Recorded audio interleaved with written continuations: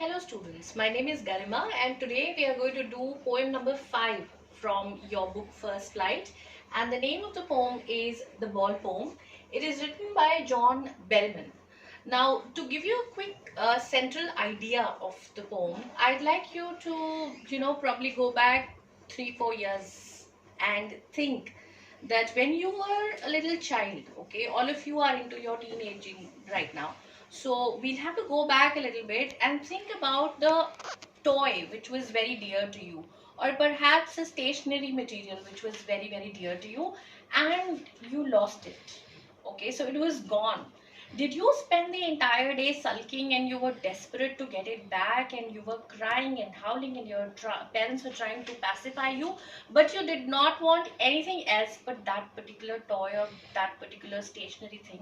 So that very moment, I think you all unknowingly realized the value of losing something. Okay, and that probably also taught you how to value your things or keep them away safe. So next time probably you got the same thing like that, you were very, very particular about it and you took an extra care and gave an extra attention to that particular thing. So this poem, particularly written by John Bellman, also talks about it. It is about a little boy, and his ball is very, very dear to him, and he goes to the harbor and he's playing near the harbor.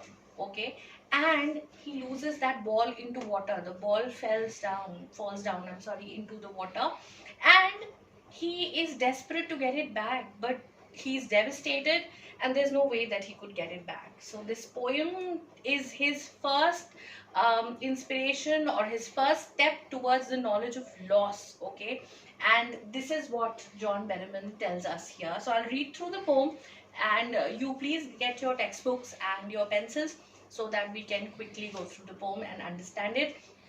I will be sharing the poetic devices with you in the meanwhile, and also tell you the word meanings as and when they come. So I'll start with the central idea here. A boy loses a ball, he is very upset. A ball doesn't cost much, nor is it difficult to buy another ball. Why then is the boy so upset? Read the poem to see what the poet thinks has been lost and what the boy has to learn from the experience of losing something. So again, the experience of losing something is so vital, and probably it can crush you, it can devastate you. You're attached to a particular thing, and then when that particular thing is taken away from you, how would you feel and how do you deal with it, is what the poet is trying to tell you here. So we'll start with the poem. First line. What is a boy now who has lost his ball?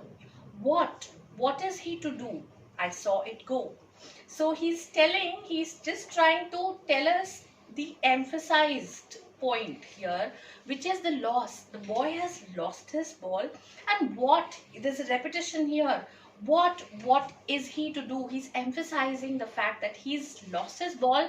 What will he do? अब वो क्या करेगा? He's lost his ball, which was very, very dear to him. I saw it go. So the poet also saw it go, merrily bouncing down the street. So merrily bouncing. So again, a verb attached there. You can be dancing merrily. You're a living thing. But a ball cannot be dancing merrily. So definitely a hint of transferred epithets there.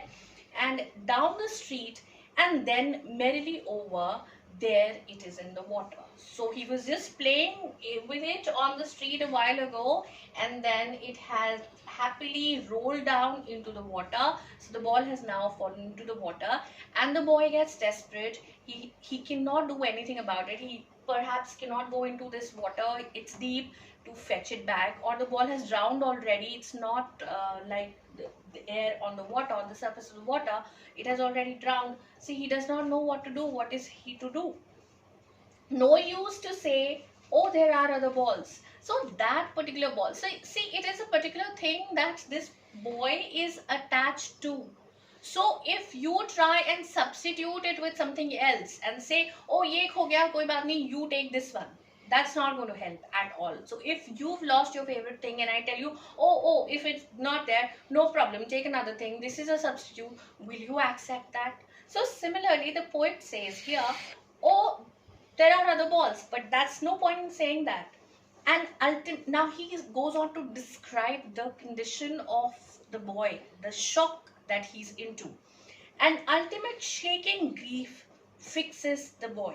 So a maximum grief, maximum sadness has took over him, and he is shaking with grief. He's trembling, he's shivering, and he's extremely sad, staring down, and he's still staring at the water in which the ball has been lost, and all his young days into the harbor were. So all his young days here, children, means that his childhood memories, the memories that he had with this particular ball, are all gone. It seems like they're all gone because the object is gone itself.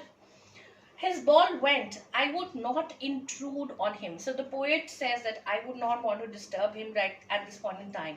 A dime, another ball, is worthless. Now, dime means 10 cents. Okay, so 10 cents is equal to one dime. And he says that it is worthless. I mean, money is materialistic. If I am to offer him money, that okay, take this money, go take another ball, that particular ball that he had made memories with, he can't get that particular ball back, right? So even if he is given money to buy another ball, that's just a substitute. He would not get the original thing back. So the loss he will never be able to cope up with.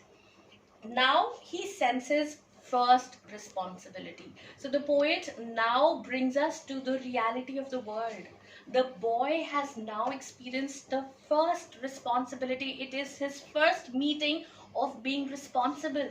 He now knows that he should have been careful with the ball and not so careless to go near the harbor and play with it, right? And then he says, in a world of possessions, so materialistic things that we own, your belongings, things that you have, in the materialistic world of possessions, people will take balls and balls. He's again emphasizing on the fact that not just balls, okay? There will be plenty of things that people will just take away from you. It could be a relationship, it could be a materialistic thing, it could be something which is very dear to you. So people will take it away from you. It is not permanent. Nothing in this life is permanent for you. So you will have to accept it and try to cope up with it. Okay? He says that balls will be lost always, little boy. He's giving advice to the little boy, not even just that particular little boy, but to all of you little boys and girls. He's giving the advice that balls and balls will be lost. You will keep losing on things. You are in a materialistic world.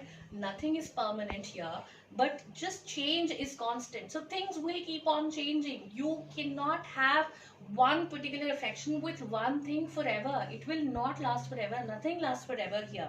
He is learning well behind his desperate eyes. So what is he doing? He's trying to learn. He's got hopeless, but now that he's hopeless, there is a new ray of hope also. He's learned a new thing, and that particular new thing is how to cope up with the loss, how to accept responsibility, how to accept responsibility towards your own things, how to be careful with your own things.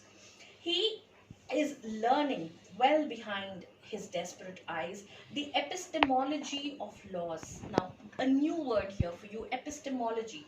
Now, epistemology is a Greek word, okay, and it means knowledge. Okay, so what is the little boy doing? He's got the knowledge of loss for the first time perhaps, and now he will learn to A, act more responsible, and B, how to cope up with it, how to manage the loss, how to stand up, knowing what every man must one day know. So this is his first step towards knowing what people will learn eventually. Perhaps some learn early, some learn later at the stage of life, but you have to cope up with this loss, and you have to have a defense mechanism towards that loss. You can't be crying and howling about it till n number of days and waste your time over it, but just get over with it and move on. So the central idea as per me in this poem is that moving on, bearing up a loss, and then coping up with it, and then moving on.